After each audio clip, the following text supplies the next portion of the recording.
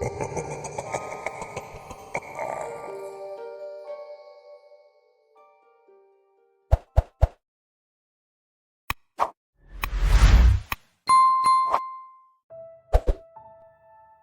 never had a close relationship with Sarah, my older half-sister. She was born out of my dad's earlier marriage, so by the time I came into the picture, she was already a teenager. We didn't argue or fight, we simply never spent time together. I was starting kindergarten when she moved out, and she wasn't thrilled about having a younger brother. I barely saw her as I got older, meeting only occasionally during holiday get-togethers or in the once-in-a-blue-moon visits. But we were on good terms, so when the cops called us a few days ago to let us know they found her body, I was devastated. Some neighbors apparently called 911 when they heard screams and saw smoke coming out of the house. After the firefighters put out a fire in the basement, they found some charred remains that they assumed were hers. They couldn't identify her given the body's state, but all of the evidence pointed towards an accident. She didn't have a husband or kids, so the duty of burying her fell on us. The funeral was what you'd expect under such circumstances, lots of crying and mourning around a closed casket. But the deed was done, I was left an only child, and a few days later we took to scouring her house and doing an inventory of her belongings. It was an all-around unpleasant experience on many levels. It felt so wrong to go through her things like that.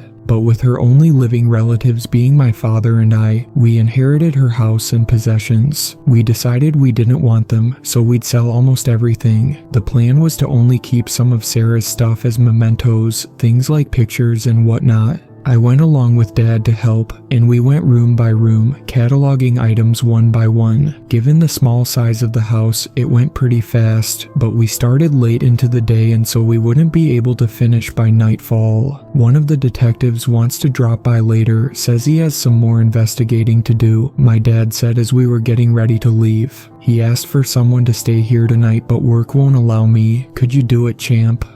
Sure, I mumbled, not in the least thrilled about the prospect. Dad packed a small box of trinkets in his trunk, and off he went home. The only room we hadn't gone into was the basement, and I wasn't about to do it by myself. The wooden door leading into it was wide open, charred by the fire and black with soot. The basement itself was in a similar condition, ravaged by the fire and by the firemen's attempts to put it out. It unnerved me to no end, so I dragged a chair out on the porch and spent the evening there. I smoked half a pack of cigarettes and drank some old beer left behind in the fridge, all while the neighbors regarded me with curiosity. A few of them even approached me, giving me their condolences when they found out I was Sarah's younger brother. The detective finally arrived at sundown, pulling onto the street in an old beater car. He looked like your average guy when he stepped out, dressed in a cheap suit and a loose coat hanging on his shoulders. "Hello, I am Detective Marcus," he introduced himself. "Clancy, nice to meet you, Detective." "Likewise. I'd offer you a beer, but I assume you can't drink on duty."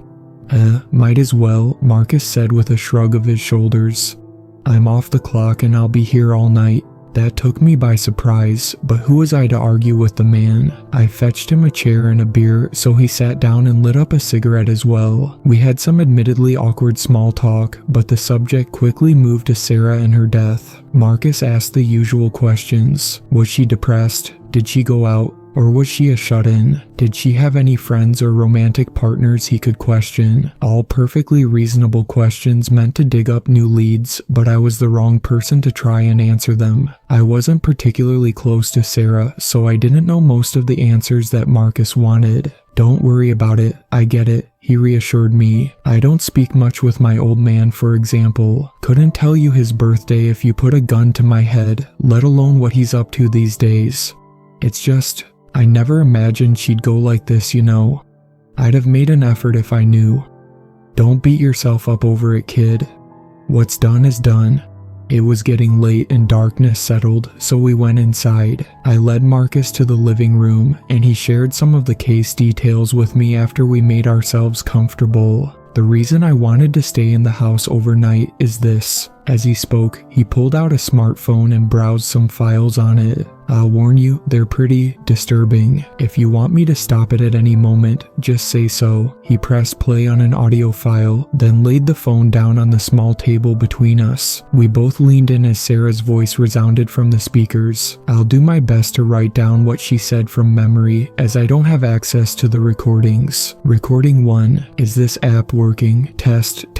Oh, okay, well, my name is Sarah. I moved into this house 2 days ago, and I heard some strange noises last night from the basement. I'm kinda paranoid right now, cause I live here alone, so I'll leave my phone out to record them and hopefully find what's up. Recording 2. Some breathing is heard in the background and the phone gets set down. Footsteps walk away from the microphone, then it's quiet for a long time. Marcus skips through most of the recording, as it is nearly 9 hours long. About 2 hours in, around midnight, the microphone catches a distant crash. Some skittering follows, sounding like a cat running around on bathroom tiles. It goes on for a few hours, with long pauses between bouts.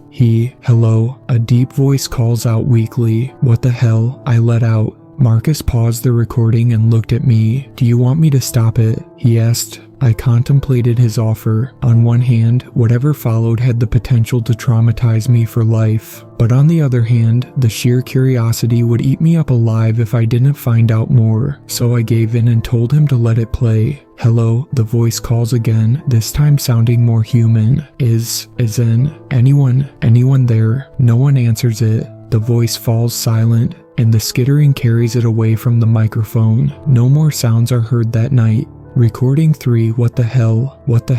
I knew it. Someone's living in my basement. Recording 4. Okay, I calmed down a bit. I was terrified after I listened to the last recording, so I ran out of the house and called the cops. A squad car came after about half an hour. The bastards took their sweet time, but I showed them the recording. I went back inside accompanied by a cop, and we checked out the basement. No one was there. We turned the place inside out. We checked everything, but the room is small. No windows, no exits, and no place for someone to hide. The cops think that it was an intruder that broke in, but they couldn't find any signs of it. They said they'll patrol the neighborhood at night and keep on the lookout for any suspicious activity. One of them also asked me to keep recording, just in case. Recording 5. Okay, here goes. I'll leave the phone out tonight as well. The cop car just passed on the street, so I feel a bit safer. The sound of the phone being placed down is heard, and Sarah's footsteps follow. She leaves, and the recording is silent for a few hours. Marcus skips ahead through it, until another distant crash is caught. The skittering returns, stopping a few feet away from the microphone. Hello, the voice calls out. Is anyone there? It sounds more feminine than the last time. Still inhuman, sort of like an artificially generated voice, but verging on crossing the uncanny valley into natural sounding territory. It calls out a few more times over the span of a few hours, sounding more and more like a woman. When it becomes apparent that no one will answer its calls, the voice stops. The skittering takes it away from the microphone, and the rest of the recording is silent. This is getting all kinds of freaky, I mumbled. I know, Marcus admitted. Never seen anything like it before. Do you recognize the voice by any chance? Not a clue, I admitted. It doesn't sound familiar. I was afraid that would be the case, Marcus said with a sigh. Sarah confirms a possible identity to the voice in a later recording, but I wanted to double check. Then maybe show it to Dad. I provided a solution. He was closer to Sarah than me. He might have an idea. Marcus fell silent for a long moment. He joined his hands beneath his chin and leaned forward, propping his elbows on the table. The look in his eyes turned grim and worried. I'm sorry, Sonny, he said out of the blue, for all you've heard so far, and for all that's to follow. But I'm glad it's not your father that decided to stay. These recordings might just break him. What? I asked, dumbfounded. What's that supposed to mean? It will all make sense if you keep listening, Marcus answered. The change in his demeanor was strange, and the night took an unnerving turn. I should have backed out. I should have kicked him out. I should have done a lot of things differently, but my curiosity mounted to levels beyond my ability to rein it in, so I proceeded to listen further. Recording 6. What the hell? That was Mom. Sarah cries into the microphone for a few minutes before the recording ends. Recording 7. I'm not gonna call the cops anymore. That was Mom calling out. I want to talk to her. She's been gone for so long. Recording 8. Okay, I've calmed down a bit. I hope. I'll wait here tonight. The recording is silent for a long time. It turns off abruptly after about half an hour. Do you know anything about Sarah's mother? Marcus asked me. I jumped back in my chair at the sudden interjection, completely absorbed by my thoughts. Not really, I admitted. She died before I was born. It was why Dad remarried. Marcus gave me a thoughtful nod of his head in answer, and he played the next recording. Recording 9. It's back. I'll start another recording. The scurrying returns. Sarah's breathing is audible in the background, and it gets faster as the sound approaches her. A chair creaks, presumably as she gets up, and her footsteps join the skittering in the background. Hello, the same woman's voice from the previous recording calls out. Who are you? Who are you? The voice repeats Sarah's words back to her. Mom, Sarah cries out in a trembling voice. Mom, the voice repeats her words again. Who the hell are you? How do you have my mother's voice? Who are you? The voice repeats. Footsteps resound again, approaching the voice as it says the same line over and over. Answer me, Sarah demands. Knocking is heard, as if someone bashes a door with their fist. Answer me, the voice coos. What do you want? The voice lets out a few garbled words, but they are unintelligible. Its pitch and intonation adjust before it speaks again. Sarah, my dear, is that you? I was left stupefied. The uncanny valley was finally crossed, and the voice sounded decidedly human for the first time. It held none of the animalistic traits from before. The subtle anger and malice in it was gone, replaced by a deep sense of compassion and worry. Haven't seen you in so long, the voice continued. Sarah weeps silently in the background, but she doesn't answer the voice again. It, however, keeps calling out. I've missed you, my dear. Footsteps sound out as Sarah backs away, and the voice grows distant. It calls out over and over again, but the facade cracks. It can't maintain its grasp on the charade for long, and it devolves back into the uncanny valley slowly. The footsteps pick up speed until they turn into a run. After a few seconds, the voice becomes inaudible. A door is opened and closed shut with force, and Sarah starts crying uncontrollably. The recording stops. The recordings are time-stamped, Marcus said. After this one ended, Sarah didn't make another one for a few days. Considering what I'd just heard, I didn't know what to answer. I kept silent, mulling over my own thoughts and feelings on the matter. As intriguing as the situation was, I mostly felt horrified and sorry for Sarah. I couldn't even begin to imagine what must have gone through her head after living through that. Why are you showing me all of this? I asked Marcus after a while. If you really are a detective and part of the police force, you'd lock stuff like this away behind 10 locks and keys. Marcus leaned back in his own chair, thinking my question over. He pulled out his crumpled up pack of cigarettes and retrieved one from it. I pushed the ashtray closer to his side of the table as he lit it up, and he bellowed out a cloud of white smoke. All in due time, he answered. His eyes scanned me in a fashion completely different from before, with a cold and calculated look behind them. What do you think so far? I don't know. What the hell is going on? Answer me, Clancy, and be honest, he demanded. Whether or not I'll show you more depends on it. I racked my brain, but I was truly and utterly stumped. The situation devolved too fast for me to keep up, and I didn't know what to think anymore. But I could tell that that wasn't the answer Marcus wanted. It's, I don't know, a ghost, a demon, a skinwalker. I hazarded a guess. Marcus seemed surprised by that. He pushed the cigarette away from his face, letting out another lungful of smoke. And do you believe that? He asked bluntly, that it could be something supernatural. What the fuck else could it be? I answered his question with another. What do you think it is? What I think is irrelevant. I want to know what you believe.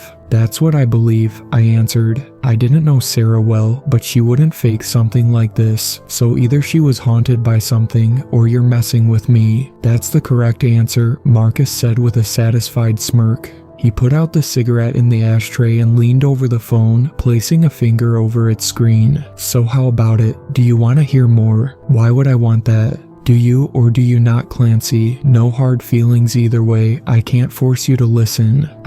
Yeah, start the next one. I don't know for sure why I decided that. We could sit here all day while I blame curiosity or, more likely, stupidity, but those answers would be half-truths at best. It didn't feel like a want at the time, it felt like a need. I needed to go through with it, I needed to hear all of it. The reasons I felt that way didn't matter at that moment. I have a good feeling about you, kid, Marcus mumbled as his finger tapped the screen and started the next recording. Recording 10. I don't know what to do anymore, it's driving me nuts. Whoever's messing with me comes back every night. I hear them even now. The microphone picks up footsteps, and a door creaks open slowly. Faint mumbling comes from the distance, accompanied by the familiar skittering. It pauses for a brief moment before it speaks up. Sarah, my dear, the voice calls out, not entirely human. Please, The door closes shut with a loud thud and Sarah retreats back into the room. I tried a lot of things over the past few days. It calls from the basement, so I got locks and put them on the door. They're untouched, so whoever it is isn't coming from outside of the house. It hides in there somewhere. I called the cops again while the thing was there, but it left when the cops arrived. The two officers asked me to unlock the door and they checked the basement again, but lo and behold, it's as empty as last time. I'm not sure what they think of me. Maybe they suspect I'm fucking with them, so I can't rely on their help. I even told Amy about the thing and showed her the recordings, so she slept over yesterday. The thing somehow knew I wasn't alone because it didn't make a peep the entire night. I'm not sure if Amy believes me or not anymore. Hell, I wouldn't believe me if I were her. But she offered a solution. Get a roommate or a boyfriend, someone to live with me. It could work, but I don't know anymore. Do you know this, Amy? Marcus asked as the recording ended. I think Sarah mentioned her a few times, but I never met her. I looked over my shoulder as I answered, at the corridor leading to the kitchen. The basement door was on one of the walls there, and I could see the locks mentioned in the recording. They hung open on the door, but they were still intact. Marcus snapped his fingers to get my clearly distracted attention, then he pointed down at the phone. Want to keep going? He asked once more. Yeah. Before I hit play, I want to ask you something again. Did you by any chance suffer any mental trauma as a child or even recently, something that shook you to your core? I raised an eyebrow at the strange question. No, why? You're taking all of this surprisingly well. Your mental fortitude is pretty high, Marcus answered. That's sometimes a sign of, never mind. He hit play before I could pry him for more details, so I fell silent to not miss it. But I made up my mind. When it was over, Marcus would have a lot of answering to do. Recording 11. I've tried my best to ignore it. I slept at friends' houses some nights, but that's getting harder to pull off. I tried looking for roommates, but no one wants to share a small house with this stupid pandemic around. And my search for a boyfriend is just as fruitless. I'm getting a bit old for the dating scene. I'll keep at it, but from the looks of things, everyone's mostly down to fuck and not much else. I don't want to resort to frequent one-night stands. The police still answer my calls, thankfully, but they're not doing much. Even their patrols are getting less and less frequent. I'm at a total loss here. I've considered selling the house and moving, but I can't afford that. Dad might be my last resort. Maybe I can move in with him and his wife and son. We're not exactly friends though, so who knows? And I can't risk telling them. There's no chance in hell they'll take me in if they think I'm crazy. Hearing her opinion of me and Mom, it stung. Sure, we weren't more than acquaintances, but we're not horrible people. We would have taken Sarah in if she reached out to us, so to know that her salvation was so close, kept at bay only by superficial assessments of us, it sucked. Plain and simple. And if she would have showed us the recordings, we might have even believed her, especially Dad. Play the next one, I demanded before Marcus had a chance to say anything. You sure? You sound a bit riled up, maybe. Play it. Marcus sighed deeply, but he did as he was told. Recording 12. It's still here, it won't go the fuck away. I haven't talked to it in almost a month now, but it's still here. It's going to drive me insane for real. I can't take it anymore. I'll confront it again tonight. Maybe I can find out what the fuck it wants, or get some answers. Recording 13. The recording starts, and it is quiet save for static for a few moments. Sarah takes a deep breath and a barely audible step. Are you there? The skittering returns, coming closer to the microphone than ever before. It sounds more frantic than usual. Of course, my dear, the voice says sweetly. I'm always here. You stop that, you hear me. Stop using her voice. Sarah, I said stop. I know you're not her. The voice coughs loudly. It changes as it does, slowly morphing and growing deeper. When it stops, it sounds male. Sarah, honey, I paused hearing that. It was Dad's voice, no doubt about it. Although it sounded ever so slightly off, I could recognize it. Up to that point, my running theory was that the thing could mimic the dead. But Dad is still very much alive, so that threw my theory under the bus. I didn't know what to believe anymore. What do you want? I just want to see you. Open the door. Sarah backs away as her breathing grows faster. Please, honey, the voice begs again. It's dark down here. Shut up. Sarah runs away from the door as the voice's calls continue in the background. That was your father, correct? Marcus asked when the recording ended. Yeah. And what does that tell us? I pondered the question for a moment. It's not a skinwalker like I thought at first. I don't know much about them, but skinwalkers need to kill their victims to copy them, right? Not necessarily, Marcus answered.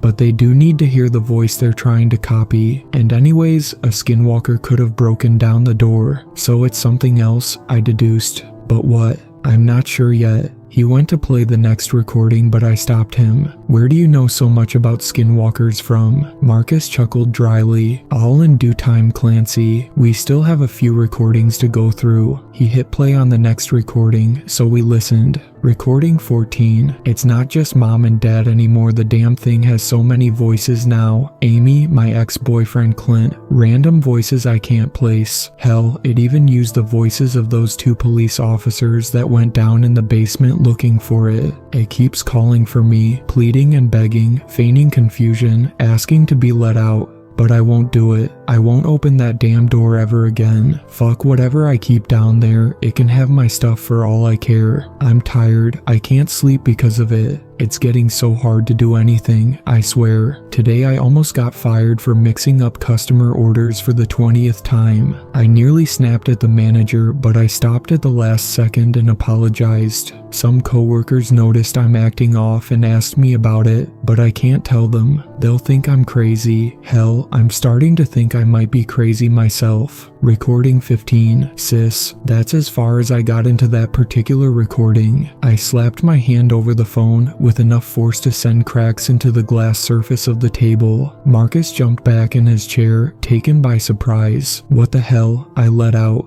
That's my fucking voice. I knew this one would get to you, Marcus answered with a half grin. Or well, get to you more than the others. I never visited Sarah here, I stressed. It couldn't have heard my voice, so how the fuck did it copy me?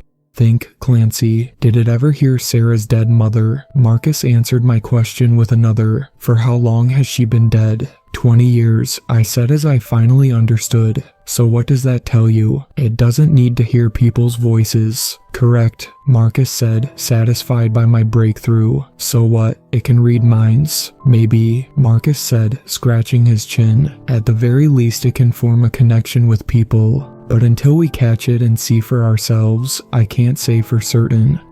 Catch it? I echoed his words. Is that what this is all about? You want to catch it? Marcus wiped his smirk off his face and looked at me intently. Yes, Clancy, either catch it or kill it, and solve your sister's case. So what are you? But Marcus didn't let me finish. He pushed my hands away from the phone screen and hit play on the recording, interrupting me. All in due time, he repeated once more. Sis, are you there? It repeats in my own voice. It's been some time since Sarah's first recording of the mysterious voice, and it sounds thoroughly human at this point. No more cracks in its facade can be gleamed. Listen to me and listen well. I won't put up with this anymore. You have tonight to leave my house and leave me the fuck alone. I'll go to bed, I'll plug in some earphones and I'll ignore you. If I hear you again tomorrow night, you can bet your ass I'll come down there and end you, whoever or whatever you are. Understood? She sounds different somehow. Worried, tired, manic. Please, sis, for fuck's sake, open the door and let me out. And why would I do that? How'd you get down there anyway? I don't know. I can't remember, but it's scary down here. Let me out, please. It copies your mannerisms well. It's spot on actually, Marcus interrupted. It does, I admitted, feeling the color in my face draining little by little as I listened. Given enough time to learn, that thing could be a top predator. And let me guess, you can't let that happen. We can't let that happen, Marcus corrected. All in due time, I replied and pushed play on the recording. Sarah doesn't say anything else. Her footsteps carry her away from the basement door, and the voice pleads in the background. It shifts back and forth between different people, quick and almost seamless. For short periods of time between the adjustments, glimpses of the animalistic nature make it through. The recording ends after Sarah closes the door to her bedroom. Recording 16. Okay, so I can't get a firearm. I don't have the money for that. And I don't even know how to handle one anyway. And fuck me, gasoline's getting pretty expensive too. But I could afford a canister worth a few gallons and a box of matches. The current plan is simple. I'll fuck that thing up if I hear it again tonight. I'll pour gasoline into the basement through the crack beneath the door, and I'll light it on fire from up here. Fuck the house, fuck the authorities, fuck the repercussions. I can't let it live. I don't care if I end up in prison or a loony bin, so long as it dies here. My God, Sarah, I mumbled as the recording ended. Hearing her in that state of mind broke my heart. No one deserves to go through what she did, and the fact that we didn't help her sooner, that none of us made an effort to be in her life, it ate me up inside. We could have made a difference. I could have made a difference. Maybe then, this tragedy would have had a better ending. There's only one more to go, Marcus said. He leaned over the table and slapped a hand down on my shoulder, giving me a tight squeeze. I nodded my head as I felt tears forming at the corners of my eyes and signaled for him to play it. Recording 17. The fucker is still here. I warned it. I tried to be nice. I really did. What more could anyone ask of me? A liquid sloshes around in the background, presumably the gasoline. Her breathing is strained and close to the microphone. Metal rings out as it hits the floor. Sarah, it calls out, in the voice of her mother. I warned you. Something topples to the floor, and the sound of rushing liquid is heard. This is on you. It's not my fault. Sarah, please, the voice yells, more desperate than ever. What are you doing? What I said I would. You didn't listen. Why didn't you listen? Please, Sarah, you don't have to do this. Just let me out, please. Enough. Stop using her fucking voice. The thing falls silent. Sarah takes a deep breath, and the sound of gasoline pouring out of the canister dies down as it presumably runs out. Her clothes rustle as she searches her pockets, and she shakes the matchbox when she finds it. The sounds of the matches jumping around inside is the only audible thing for a moment. You know what that is, don't you?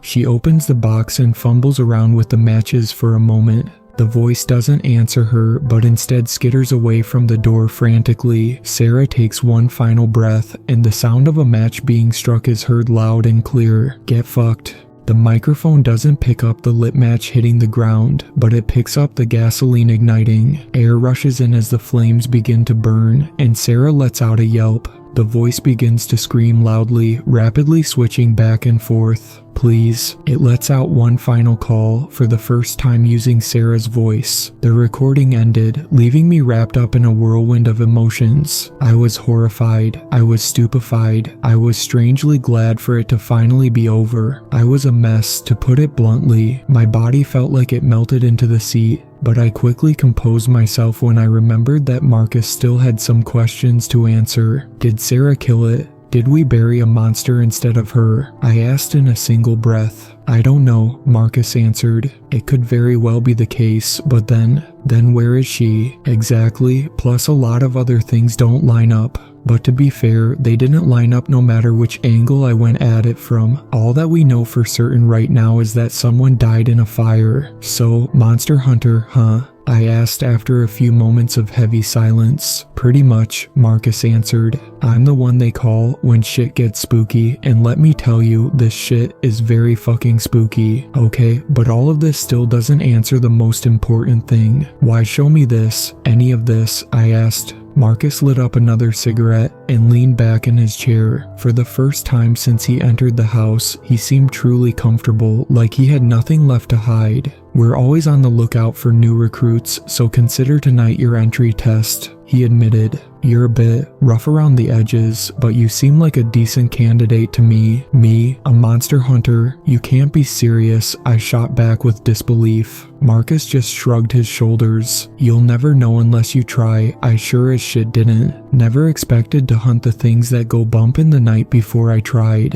And what if I refuse? I asked. Will you kill me, or erase my memory or something? At that, Marcus just laughed out loud. If you don't want to, you don't want to. Simple as. You can try to tell anyone, but who's gonna believe you? I frowned, and Marcus caught on that he struck a nerve, so he composed himself and got up, taking the phone and stashing it in his pocket. Look, kid, it's like I told you time and time again tonight. I can't force you to do anything, but consider it okay. As he said that, he pulled out a business card that he tossed on the table in front of me. The world desperately needs more people like us. If there were more of us to go around, then maybe what happened here would have been stopped sooner. Yeah, it might be too late for your sister, but you could make the difference for someone else. If you make up your mind, doesn't matter if it's tomorrow or a year from now, give me a call, and take care. With that, Marcus left. I saw him to the door and closed it behind him, then I went to crash into bed.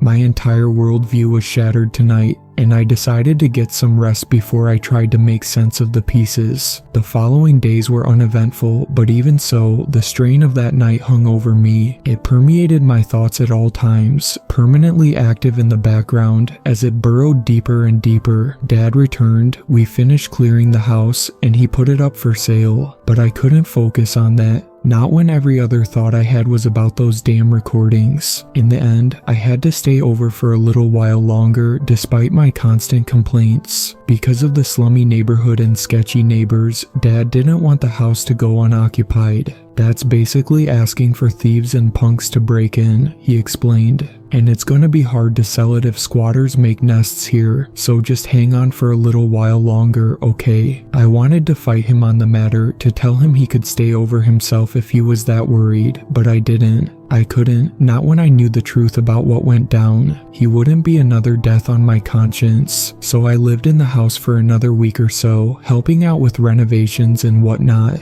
And truth be told, it wasn't all that bad. It was a bit creepy, sure, but the freedom of living on my own was oddly pleasant. One evening, after he went home and I was left all alone, I heard a knock on the door. I slowly made my way over to answer, expecting either him or Marcus, but who I found on the other side left me terrified. It was Sarah. Hey, Clancy, she greeted, sounding almost casual. What? How? I let out in a meek voice as my tears started to flow. I have a lot of explaining to do, I know, but I didn't let her finish. I jumped her, latching my arms around her shoulders as I bawled my eyes out. She put her arms around me as well, and we hugged for minutes in the doorway as I cried. What happened? Where were you? I asked when we finally parted. We buried you. We thought you were dead. I'm sorry, she answered. A lot happened, and I had some problems. I ended up running away to a friend for a while, and she sighed.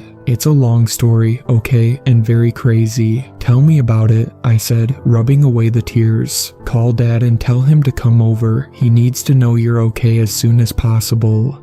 Actually, it would be better for you to do it. I don't want to give him a heart attack. Good point, I admitted. We kinda got rid of most of the furniture, but make yourself comfortable. I'll call him and join you. Don't take long, she said, and went inside to find somewhere to sit. I watched her walk down the corridor towards the kitchen, pausing by the basement door. She looked at it for a long moment, then she continued on her way. I pulled out my phone and Marcus's card, unsure about what to do. The thing's facade was good, damn near perfect, but as it spoke those last words, its voice cracked just a little. A lot, and yet so very little has happened since the last time I posted. I'm more confused and paranoid than ever. I feel like I'm taking 10 steps back for every step I take forward. The situation is slowly devolving into a veritable mess, and I'm thoroughly entangled in the web of deceit that I admittedly contributed to creating. But I'm getting a bit ahead of myself, so I'll pick up from where I left off. I ended up calling Marcus first, and he answered almost right away. "Hello, this is Detective Marcus. How may I help you?" "Hey, it's me, Clancy." "Oh, hey Clancy, how's it going? Did you make up your mind?" I peeked inside the house before I answered, but I couldn't see Sarah. She was in the kitchen, and by the sounds of pots being overturned, I figured she was raiding the cupboards for something to eat. Sarah came back. I whispered into the phone. "What?" Marcus let out. "How? When?" "Just now," I answered. "But I think it's the mimic. There's something off about her." Okay, Marcus said and took a deep breath. "Stay calm. I'm here for you. Is she there right now? Are you keeping tabs on her?" "She's in the kitchen. I'm outside on the porch." "Good. Don't lose sight of her. Does anyone else know that she's back? Did you call your parents?" "Not yet," I answered. "I panic called you for help." "Okay, you made the right decision," Marcus reassured me. "I knew I was onto something with you. What do I do now? Do I go in there and—" "No," Marcus yelped. "Don't do anything brash, okay? Don't confront her until you know beyond a shadow of a doubt that it's the mimic. I'm a few hundred miles away on another case, so the fastest I can make it there is a few days from now. I wasn't planning to, don't worry, I'm not stupid. Just keep tabs on her. If anything comes up, and I mean anything, let me know. I'll rely on you to keep me informed. Can I do that?"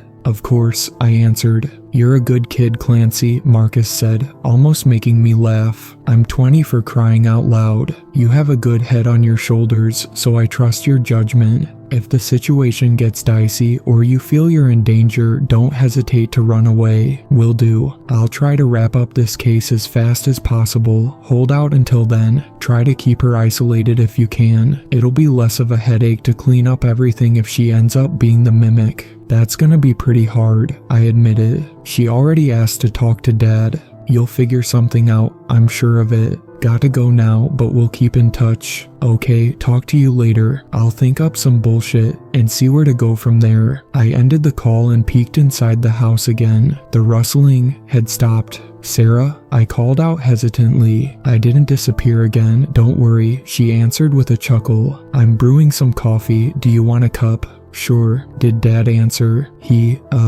I fumbled for words. "No, he left for the Grand Canyon. I just remembered. Said he needed some time away, so he didn't take his phone with him." "Oh, well, in that case, come in." I wasn't sure if she believed me or not. She likely had her doubts, but until she'd confront me about them, I decided to take my small victory. "Be right over," I answered. I was thankful for the short reprieve, but I still needed to do something. So instead of trying to call Dad and risk exposing my lie, I shot him a text. "Hey Dad," the detective called. "He wants to examine the house again, so he said you should steer clear of it for a few days. Gonna call you tomorrow. Good night." Dad texted me back almost right away. "Okay, want me to come over in the morning and pick you up?" "No, I'll be staying here to help him out." "Okay, talk to you tomorrow then. Good night." "Good night. Love you guys." With that, I stashed my phone away and made my way to the kitchen. Sarah was by the stove, boiling a pot of water. I observed her for a few moments, but I couldn't see anything out of the ordinary about her. "Do I have something on?" she mumbled when she noticed me staring, pulling at her shirt to check on it. No, it's just, I'm glad you're okay, that's all." She gave me a soft smile and turned to dump a pack of coffee grounds into the pot. I couldn't remember her ever being this cheery and warm, especially towards me, but then again, her change of attitude could be explained by what she'd been through, so I filed it under potential red flags, but decided to hold my judgment for the time being. "How much sugar?" she asked after she poured us a cup each. 2 cubes is enough." She dropped 2 cubes into the murky liquid, handed me the cup, and sat at the table opposite of me. We sipped the bitter insomnia for a few minutes, both unsure of where to take the conversation. When it became apparent that she wouldn't talk, I took charge of the situation and did so myself. "So, long and crazy story?" I asked. "Yeah. Tell me about it. I'm all ears." "Okay, so the gist of it is that I kinda went stir crazy. Not sure why, but I did. I started hearing voices calling out to me, thought the house is haunted, and I ran off." I took in what she said, hanging on every word. Sarah hid a lot from me in that confession, and I wasn't sure what to believe or do. Should I confront her, bring up the recordings, the creature in the basement that she tried to burn alive? "That sounds rough," I said instead, deciding to play along. My hope was that, if she didn't know I was onto her, she wouldn't try to harm me or run away again. I could only speculate about the Mimic's goals, but if it wanted to take over Sarah's life and masquerade as her, I needed to keep the illusion intact for as long as possible. The potential mind reading it might have been capable of threw a wrench in that plan though, so the only thing I could do about it was to pray she wouldn't try it. "Yeah," she agreed. "The last few months were a little, well, completely shit, to be honest. But I'm doing better now, and I'll start looking for a therapist soon." "Sounds like a plan to me." We took a few more sips from our cups, but something seemed to bother her. She stared into her coffee intently, her brows furrowing as if she debated internally over something. You said that you buried me, that you thought I was dead. What's that all about? Did you declare me missing or something? Was it an empty casket? Another thing I needed to lie about, and possibly another attempt at deceit on her part. I made note of it as I thought of an answer, filing it away with the rest of the evidence that was building up. "No, someone burned alive in your basement. Some neighbors called the firefighters, they put it out, and we thought it was you. So the authorities declared you dead and we buried the body. Fuck me," she lamented. "That's going to be hard to explain and overturn." "Who burned though?" I prodded, trying to see if she'd confess to anything. "I don't know, some squatter maybe. I don't want to badmouth my neighbors, but one of them might have broken in if they noticed I was gone. We have to call the cops tomorrow and let them know. We'll see, it might be a better idea to hold off on that for a few days," I said absent-mindedly. "What? Why?" she burst out. "If they think I'm dead, we should let them know as soon as possible." I needed to think of something fast, and her haste gave me an idea. "Yeah, you're right," I answered. "I'm just tired and thinking stupid shit out loud. Don't mind me. I have the number of the detective that handled the case. We call him right now if you want." Sarah eyed me with distrust for a moment, but it faded as quickly as it appeared. She reached out a hand over the table, wiggling her fingers. "Dial him, and give me the phone," she demanded. I did as she asked, pulling out the phone and dialing Marcus's number. She snatched it out of my hands after I put it on speaker, and I was hoping he'd catch on and play along. It rang a few times before he answered. "Hey, Clancy, what's up?" he asked. "Did anything?" "It's not Clancy, it's Sarah." Marcus dropped the phone and we heard the clattering as it hit the ground. He let out a few quiet curses as he picked it back up. "Sorry, Miss Sarah, you really took me by surprise," he said, feigning shock quite well. "I am Detective Marcus. I was tasked with investigating your death." "I know, Detective. Clancy told me about you. That's why I wanted to call you right away and let you know I'm alive." "Those are amazing news," Marcus said. "I'm glad to hear you are fine and it's all been a misunderstanding." "Thank you. So how do I go about reverting the whole mess? Where do I need to go? Who do I need to call?" Sarah asked. "Well, Miss Sarah, it's a convoluted process made no simpler by the fact that a body was found in your house. I'm away on another case for a few days, but I suggest you wait until I return. Don't contact the authorities until we consult a lawyer. They might flip the case into manslaughter and pin you as a primary suspect." Sarah looked up from the phone and shot me a confused glare. Marcus had more or less told her the same thing I had. I wanted to sigh of relief at his quick thinking, but I abstained. She couldn't suspect that we were working together. "Okay, thank you, detective. I'll be waiting for your return," she said in a defeated tone. "No problem," Marcus replied. "Stay inside for a few days, don't travel, and try to put together a statement of what happened. We need as many details as possible to make your case." "Will do." Marcus bid us goodnight and ended the call. Sarah tossed me my phone back, placed her half-empty mug on the table, and moved to get up. "Where to?" I asked. "I'm going to bed. I'm drained." "Where's my phone, by the way?" "I don't know. It probably got lost in the shuffle when me and Dad cleared out the house," I lied. The fact that she asked for it unnerved me, however. It made me suspect that she wanted to cover the tracks and delete the recordings, so I couldn't let her know that Marcus had it. "Bummer, I wanted to watch a show or something," she lamented. "Anyways, I'll be going. Feel free to join me whenever." "No worries, I'll sleep on the couch." "Suit yourself," she said with a chuckle and left the kitchen. I waited for a few minutes, listening to her enter her bedroom and changing. Her reactions up to that point didn't seem abnormal by any means. They were all perfectly reasonable, but I couldn't shake off the feeling that something was out of place. That sensation, coupled with the fact that she'd lied to my face, made me suspect that she had more to hide. "That was a close call," I texted Marcus. "You alone right now?" "Yeah, she went to bed." "Okay, you have to figure out if she's a mimic or not. Before I return, we'll have to make our move." "I'll try." It was nearing 10 in the evening by that point, but I didn't feel tired enough to sleep yet. So instead I went online and did some research. I found a lot of stuff about a slew of creatures that sort of fit the profile of what I was facing, but none of it lined up perfectly. I couldn't rely on those reports, so I decided to share my own story in hopes of finding out more. Maybe people with similar accounts would come crawling out of the woodwork if I spurred them on. I turned off the lights, sat back down in the chair, and typed away on my phone. The night progressed as I did my best to capture my experiences in writing, and soon enough I was absorbed by the recounting. Usually I'm not a speedy writer, I take longer than average, even on short texts, but my curiosity and need for answers fueled me like never before. I was almost done when I felt a hand coming down on my shoulder. "What are you writing there?" Sarah asked from behind. I fumbled with the phone, nearly dropping it. She gave me a good scare, and I could feel the adrenaline coursing through my veins as my pulse rose. Sarah squeezed my shoulder tighter as she laughed at my clumsiness, and I quickly backed out of the app.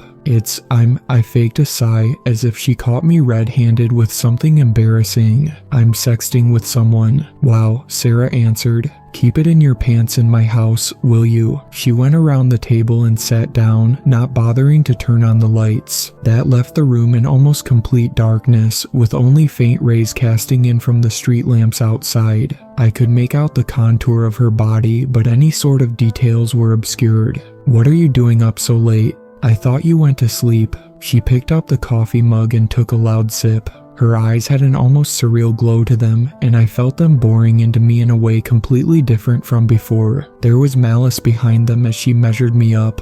"Nightmares," she answered, setting down the mug and rubbing her eyes. "Couldn't sleep anymore, so I got up." "What about you?" "Couldn't sleep either." I tried to meet her gaze with my own, to confirm what I'd seen and felt, but she averted eye contact. That made my paranoia levels rise as my whole body tensed, but I tried to keep calm. We had some more small talk about this or that, nothing of substance, and I could feel her eyes on me again whenever I looked away. It drove me up the wall to feel that calculated coldness, like I was facing an ambush predator thirsty for my blood. "Can I bum a cig?" she asked. I threw her the pack and the lighter, and she pulled out a cigarette. The small flame illuminated her face as she lit it up, and her skin looked deathly pale. When she passed the pack back to me, I smoked one as well to calm my nerves. No more words were exchanged. We just sat there in each other's smoke, exchanging quick glances. I checked my phone, finding it was nearly 4 a.m. by that point.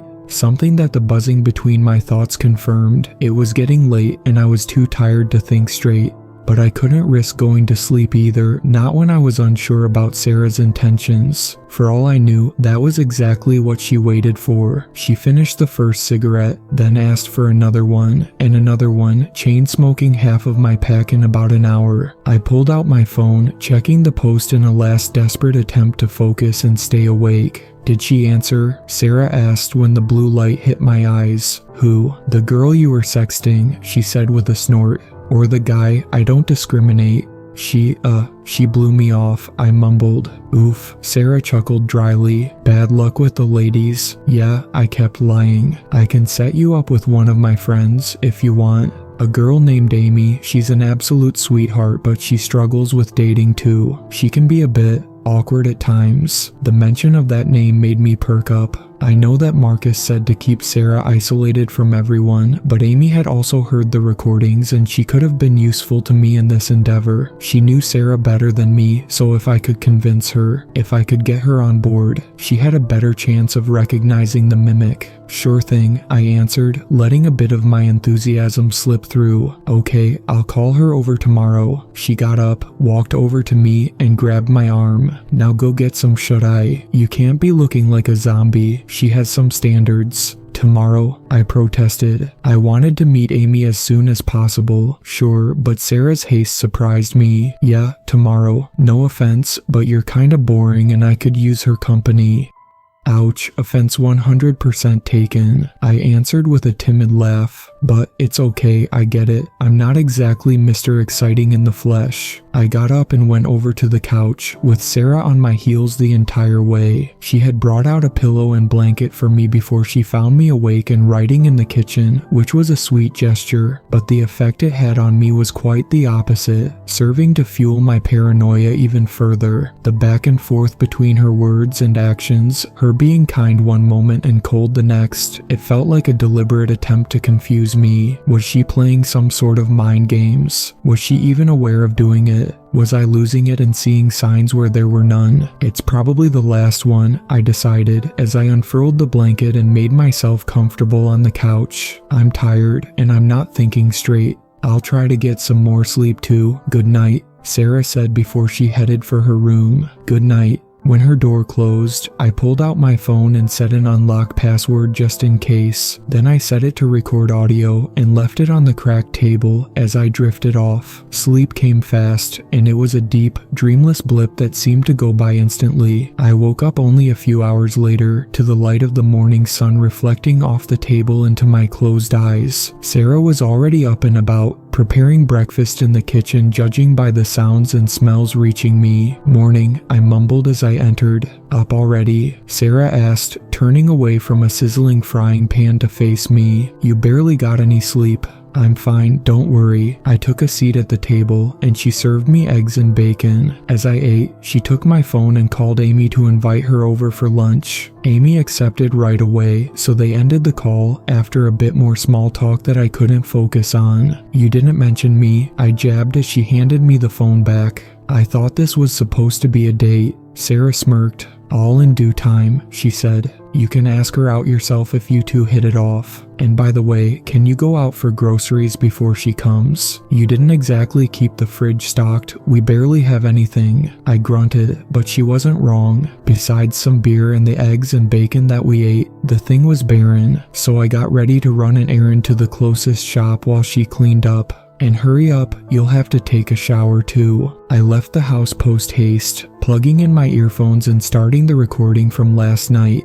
It was only my light snoring for the most part, so I put it on fast forward. Nothing in it jumped out to me, no skittering or talking, so I paused it when I reached the store. It's a small family-owned business, so besides the old lady manning the register and myself, there were few other souls in sight. I got my stuff, had some small talk with her while I paid, and I was off again. By the time I made it back home, I was about halfway into the recording with nothing to show for it. Maybe I'm just losing my mind. A stray thought shot through my head. I mean, monster hunters and mimics and all that. I put the groceries away and went to take that shower. The water was scalding, but I pushed my body under it and allowed it to melt my worries away. I'd solved the case and everything would be fine and dandy, no doubt about it. If Marcus trusted me, if he saw something in me, I couldn't sell myself short. Amy arrived sooner than I expected, right as I was drying off and getting dressed. I came into the living room to find her and Sarah at the table. Amy, this is Clancy, my younger brother. Clancy, this is Amy, my best friend. Sarah did the introductions. Nice to meet you, Amy said, getting up to shake my hand.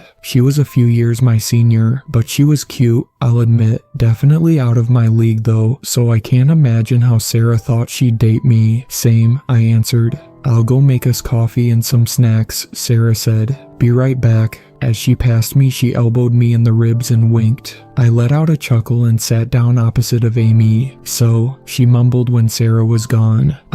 Yeah. Sarah was right. We were like two fish out of water. Two very awkward fish that didn't know how to get a conversation going, which were bad news for me. After all, I couldn't steer a non-existent conversation into the desired direction, so I needed to do something about it. Dating be damned, I needed Amy's help first and foremost. Did Sarah tell you about what's been going on in her life lately? I asked, getting straight to the point. A bit blunt on my part, I know, but we had little time until she returned. Amy raised an eyebrow at my directness. She said she's having some mental problems, yeah, Amy answered, but she showed you the recordings, right? At that, Amy frowned. Did she show them to you as well? No, a detective did, I answered. A detective? She asked, her words filled with confusion. Yeah, look, what I'm about to say will sound crazy, but listen until the end. We might need your help. Go ahead, Amy said and waved a hand through the air. Okay, so Sarah made those recordings because she heard a voice in the basement, right?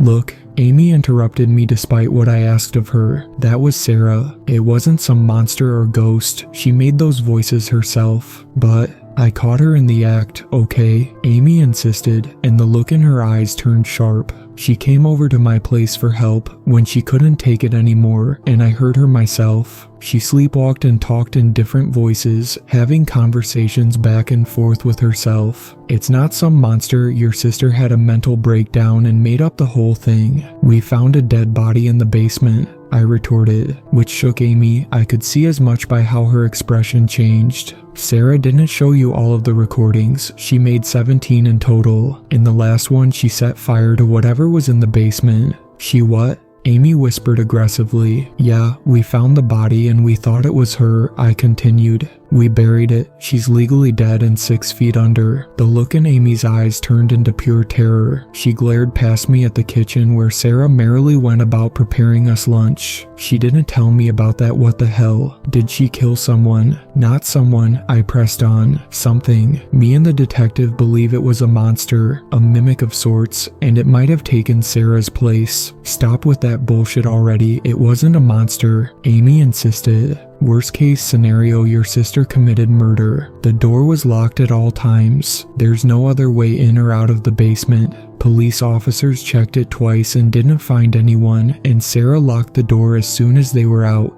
How the hell did someone get in there? You weren't there to see it, were you? Amy questioned. All you have to go by are the recordings, and Sarah is mentally unstable. Unless you saw it with your own eyes, how do you know that she latched the locks? That she didn't lie on the recording? Fuck me, I thought. That's a good point. Well, I mumbled. The wind in my sails good as gone. Coffee's done. What are you two mumbling about? Sarah asked from the kitchen. Nothing, Amy answered. Sounds like quite the intense nothing, Sarah quipped. Can you come over and give me a hand before you two jump on each other? Amy got up, but she stopped next to me and placed a hand on my arm. Drop it about the recordings, okay? We'll talk more later when Sarah's not around, but don't mention them around her. It took me 2 weeks to calm her down. There's no monster. Your sister is sick and needs professional help. I didn't say anything else, realizing that it would be in vain. Amy seemed like she'd already made up her mind on the matter, so she wouldn't be of much help.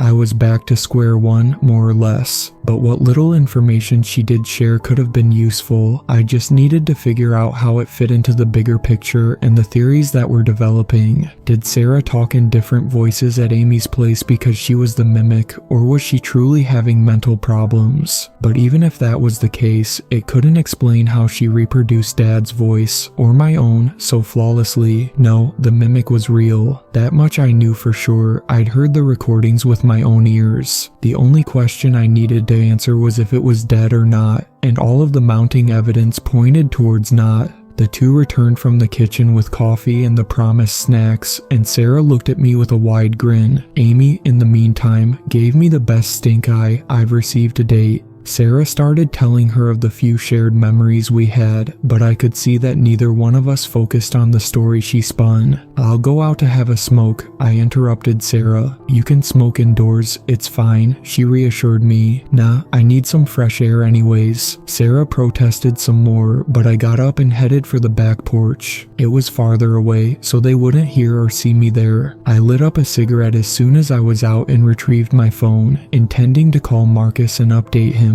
But I paused when I saw last night's recording still on the screen. Something about it wasn't right. I slept for about 4 hours at most, but the recording was only 2 hours long. The phone was on the table, so I couldn't have turned it off by accident in my sleep, and I forgot to turn it off when I woke up. Cliche as it will sound, I felt the blood in my veins freeze as I skipped through it until I reached the end. A door opened in the background, and footsteps slowly approached the microphone. They circled the room a few times, stopping near me as I still snored softly in the background. Nothing happened for a few minutes, then the phone was picked up off the table, presumably by Sarah. Her breathing was audible for a few moments, and the recording stopped abruptly. I peeked inside, feeling the terror and paranoia in me mounting, but I couldn't see the two of them. I only heard them talking and laughing. Marcus needed to know about this, and I needed guidance on how to proceed, but he wouldn't pick up. So I opened the texting app and navigated to our conversation, yet to my utter stupefaction, I found it blank. I backed away from the house slowly, deciding not to wait around and see what would follow. Sarah's backyard wasn't big, and it was separated from her neighbors by a measly picket fence. Easy to jump over for a hasty getaway, since I wasn't about to go through the house and risk being seen. Luckily, her neighbor didn't have any dogs, and didn't even appear to be at home actually, so I ran through their yard and emerged on another street.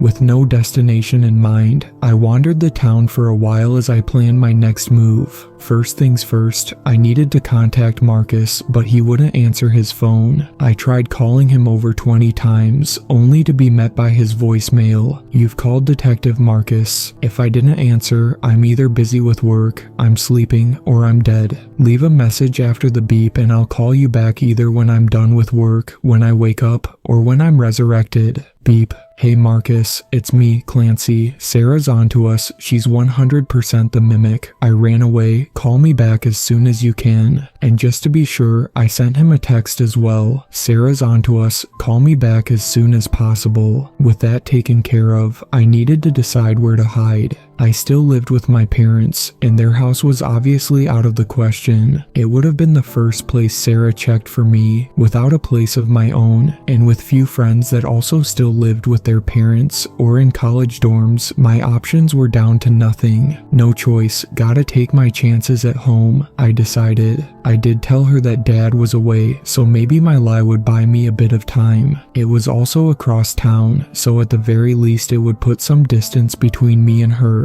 I reached it half an hour later on foot and tried to call Dad, but he wouldn't pick up either. Straight to voicemail. Same with Mom, who'd usually answer her phone even at work. I banged on their door. I tried calling both of their phones again and again, all to no avail. Fine, I'll let myself in then. We had one of those fake, hollowed out garden rocks where we kept an extra set of keys, but lifting it up, I found the spares missing. What the hell? I wondered out loud. We never misplaced those keys. Dad was very insistent about it. I felt another pang of panic, and my thoughts instantly went to Sarah. Did she anticipate this scenario? Did she steal the keys? No, that couldn't be. I had her under watch ever since she came back. Unless the recording she'd stopped, was it for this, so she could leave her house, run across town, and take the keys? She definitely would have had enough time until I woke up. But no, that made no sense. If she'd done that, if she'd have gotten so close to Dad, she would have made her presence known to him. Amy, maybe. That didn't make much sense either. I couldn't just assume guilt all willy-nilly. Amy was probably a victim of the charade, not an accomplice. No, I have to dial back on the paranoia. Someone simply used them and forgot to put them back.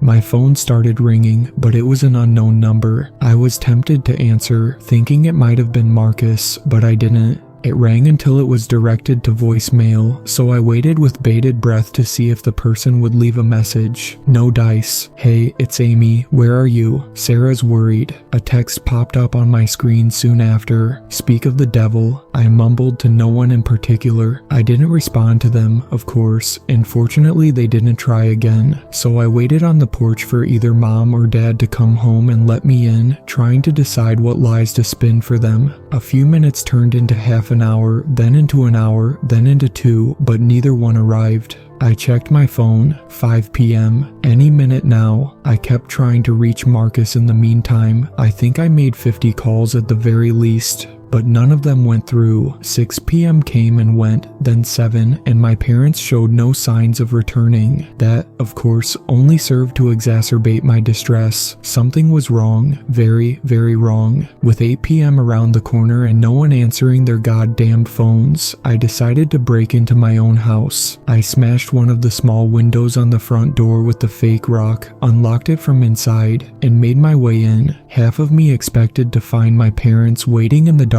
or worse yet as 2-day-old corpses, but the house was empty. The rest of the evening was spent in silence and dread, with me looking out the window every other minute expecting Sarah and Amy to come knocking, which they didn't. I locked up everything I could, and I went to the garage to get something to patch up the broken window. It was a nice diversion from my worries. I always found that keeping busy helped me. As I was nailing a plank over the gap, my phone dinged. Can't call, driving back right now. I handed the case to another hunter. Hold out until tomorrow. Thank God, I thought, feeling a wave of relief washing over me as I read the text. Marcus would come to my rescue, and he'd know exactly what to do to sort out the mess. He'd fix everything, and I could go on with my life. For a few moments, I nearly melted away, but let me assure you, the calmness I felt was short-lived. I tried to call my parents again to see why they weren't home yet, despite the late hour, and I heard faint ringtones coming from upstairs. I followed the sound with shaking steps, hearing it grow louder as I approached the door of their bedroom. It came from inside, and I paused with my hand on the door's handle for what felt like a short eternity. I couldn't bring myself to go through with it, to throw it open and face the potential horrors inside. Images of the two of them dead, sprawled on their bed as their flesh rotted away, invaded my mind. I shook from my very core. Come on, I urged my body. Move, please. I closed my eyes and with my breath hitching in my throat, I turned the handle. The door was unlocked and it opened with loud squeals that resounded throughout the house. I braced myself for the putrid smell I expected would follow, but it didn't come. Stale air with an undertone of cheap laundry detergent wafted out instead, calming my shot nerves. I opened my eyes, finding the room empty. After thanking every deity I could think of for sparing me of gruesome sights, I went inside and started searching. Their phones were on the nightstand besides the bed, displaying all of my missed calls. Sarah got them after all. She was just smart enough to not leave the bodies here. I couldn't sleep much that night, so instead I got a crowbar from the garage and made rounds around the house. I double and triple checked all of the doors and windows to make sure they were locked, then I hunkered down and waited. The coffee machine worked overtime as I pumped my veins full of caffeine and nicotine in an effort to stave off my exhaustion. After nearly 2 weeks of improper sleep, I was starting to feel the effects. It will all be okay, it won't last much longer, I tried to reassure myself. I only need to hold out for tonight and tomorrow, then Marcus will save my sorry ass, and I'll be able to sleep for 3 days straight. That's how I spent most of that night, wide awake in the dark kitchen with the crowbar by my side. I wrote the previous post to keep myself busy, and I jumped at every little sound that came from outside. Midnight came and passed, and I found myself dozing off into short bursts of micro sleep. Come on, I urged myself. Stay awake, damn it. My head lulled down towards the counter, and when I realized I wouldn't last, I got a hold of the crowbar. I smashed it down on my own toes, and the pain jolted me awake real quick. With a now hurting foot and a clearer mind, I got up and walked around the house again. My hope was that, if I kept on the move, I'd have less trouble remaining alert. More sounds came from outside, in the form of passing cars or wandering animals, but I checked them regardless. I ran around between the windows, parting the drapes only enough to see without being seen myself. To my relief, none of the cars that passed were the same, so for the meantime, I wasn't being stalked. By sunrise, around 7 a.m. or so, I finally couldn't take it anymore. I was a wreck in every sense of the word, and fatigue did me in. I'm not sure when or how it happened, but I think I just fell off my feet and went to sleep on the floor because I don't remember ever laying down. It was fitful and all around too short.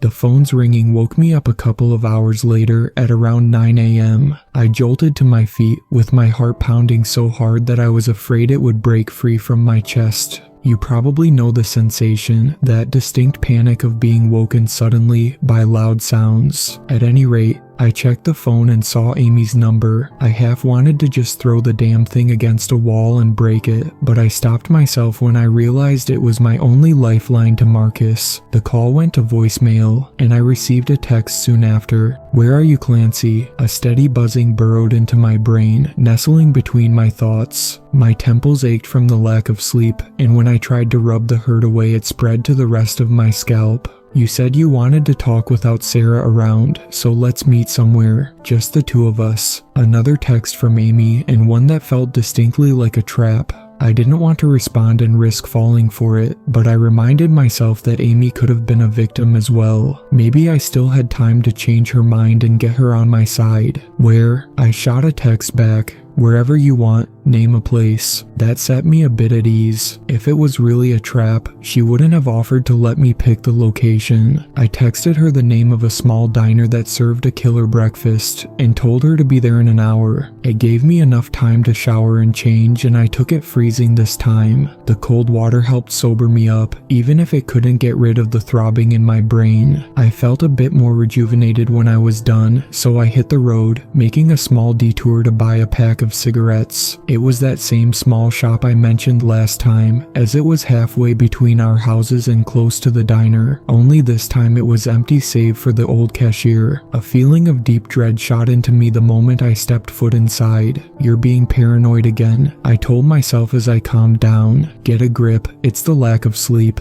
The lady bid me good morning, and we made small talk as I paid for the cigarettes. I went to pull out my wallet and rifle through it for change, but the moment I took my eyes off of her, I felt her staring at me, the same sensation I got from Sarah, setting in so fast and intense that it made me jump back. "Are you okay, dear?" the old woman asked as I bent down to pick up the wallet. Yeah, it's just, I'm tired, ma'am."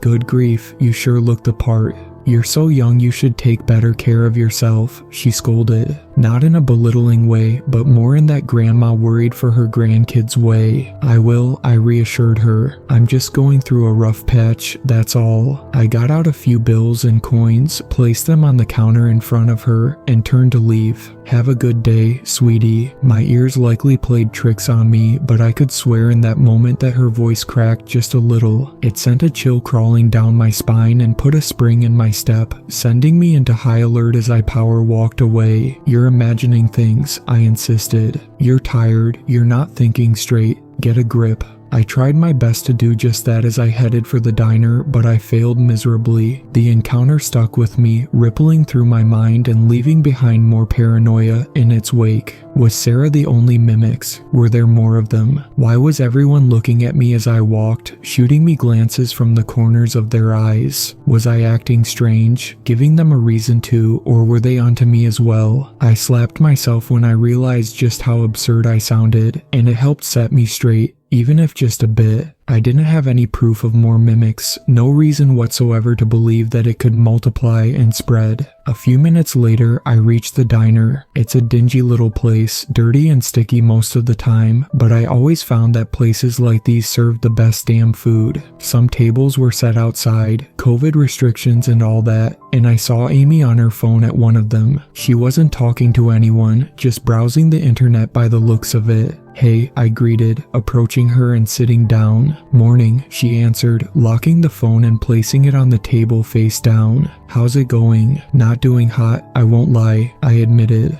"No shit," Amy said with a giggle. "I mean, no offense, but you look like total crap." I let out an awkward laugh as I rubbed the back of my head, because ouch, offense taken. Yeah, I know. I'm not usually like this, but the last couple of weeks were stressful, I imagine. "So, where's Sarah?" "At home, sleeping. She was awake almost all night worrying over where you went, so she's tired out," Amy answered, with a bit of anger in her voice. "Did you tell her we're meeting up?" I asked. "No," Amy answered. "You said you didn't want her to know, and I figured we'd have enough time to talk. Knowing her, she'll be out cold until around noon." "Okay, thank you for giving me another chance." "Here to help," Amy said, and her frown melted into a shy smile. "Sarah's a good friend, so if she worries over you, I'll worry over you." The conversation veered off after that, but I decided to let it. I needed to distract myself, to think of something else, even if only for a short while. We talked about our personal lives, like our jobs and studies and whatnot, but I was careful not to share too many details. The waiter came and took our orders, returning with our food and drinks in what felt like a blink. And then a teacher caught us, and I got suspended for a week. Amy finished telling me about some of her high school misadventures, but you should have seen Clara's face. It was totally worth it. Probably took her a month to clean that shit off her windshield. "I bet she didn't mess around with you guys after that," I said with a laugh. "You bet she didn't. She avoided us like the plague." Never really had problems with bullies myself. I was friends with the jocks and they kept me safe, but I did get into trouble when a teacher caught us smoking behind the gym. "So you started early, huh?" Amy asked. "Yeah, I was a stupid teen that wanted to be cool, but I regret it to this day," I admitted. "So quit." "Oh, sure, 'cause it's that easy to curb an addiction," I quipped. "I mean, how didn't I think of that idea myself? It's genius." We laughed it off, and Amy seemed to dig my humor as far as I could tell. She was a bit awkward still, but she was nice overall. I could get used to that, to having her around more often, to maybe date her, to be happy, you know. But the worries resurfaced, souring my mood. They reminded me that Sarah was still out there, that I couldn't let my guard down and rest until I took care of things, so I didn't waste any more time and went on the offensive. "So, about Sarah." Amy's smile died a fast, pathetic death, and she let out a long sigh. "What about her?" "I want to discuss her, to convince you." "You can't convince me, monsters aren't real. Just listen to yourself for a second, come on." "No, I have proof this time." "Here," I said, and pulled out my phone. I fumbled with it for a few seconds, pulling up the recording. Amy watched me with distrust and pity, as if she was facing a madman. "Look," I set up the phone to record audio and... There we go again. Amy let out in a tired voice. "More recordings." "No, just listen to it." "Okay," I mumbled, skipping through to the end. I set it up, and Sarah turned it off while I slept. It played and Amy actually listened. She was surprised by what went down, but I could see that she wasn't convinced. If anything, that's only more proof that she has mental problems. And no offense, I strongly suspect you do as well. Maybe it runs in your family, and if that's the case, you both need help. "No, it's not that she stopped it. That's not the point," I defended. The phone was face down on the table. What reason would she have to suspect I'm recording? She either did because she's done it as well when she faced the mimic, or she is the mimic and she learned from her encounter with the real Sarah. Or she's crazy. Amy raised her voice. "She has the same delusions you do. She's just as paranoid as you." She also deleted the texts, the conversations I had with Marcus, the detective. I burst out. I felt like I was on the brink of convincing her, of winning her over, that she only needed the slightest push in the right direction, and I'd have myself an ally. "So," she started, but I cut over her. "And what about the body? The one we buried?" "There wasn't a body, Clancy," Amy said. I went completely silent at that. I was dumbfounded. You could have heard a pin drop if you were there. Our respective outbursts had garnered us the stares of the other patrons, and I felt their eyes on me. "What?" I asked in a hushed voice as I looked around. "That's why I wanted to meet up with you and talk," Amy explained. "A murder is a pretty heavy accusation to throw around, so after you ran off, I called 911. The words possible murder mobilized them real fast. 2 officers were at the door in less than 5 minutes. I couldn't believe what I was hearing, but I knew that I fucked up. Marcus explicitly asked me to keep an eye on Sarah, to keep her isolated, and I failed." The other patrons returned to their own business, but a couple of them at different tables still shot me glances every so often. Those same cold, calculated glances that Sarah shot me, sending my paranoia into overdrive. "Control yourself," I reminded myself. "You made a scene, people are bound to be curious. They're not mimics, they're just worried." The 2 cops recognized the house right away. Amy kept talking, and I had to try very hard to focus on her words. They were the same ones that checked up on Sarah before when she was having her breakdown, so they thought that she finally went off the rails hard enough to kill someone, but I explained the situation to them. I brought up your accusations, and they assured me that something like that never happened. "No," I stammered. No, that's wrong. That's wrong. I was there when the body was pulled out on a stretcher, there at the funeral, there for all of it. She died. Someone died. I swear on my life." I was so fired up, so absorbed by my rant, that I didn't notice getting up from the chair and leaning on the table. Amy pulled back from me, with fear evident in her eyes, but to her credit, she composed herself fast. "It's worse than I thought," she answered. "Clancy, you had a mental breakdown as well, okay? It wasn't real. None of it was real." Some of the other patrons moved to get up as soon as she did, likely expecting a scuffle. Amy walked around the table slowly, lifting her hands up as if to say she wasn't a threat. "Look," she continued, "I know that it's hard to hear, that it's hard to come to terms with the fact that your own mind has been lying to you, but it's the truth. I'm not here to accuse you of anything. I'm not here to get you in trouble. I'm here to help, okay? Will you let me help you? We don't need to call the cops or anything, just come back with me to Sarah's place. We'll talk it out. We'll give you space and let you calm down. We'll do this on your terms, okay? You'll be in control at all times, and when you'll feel ready, I'll help you look for professional help.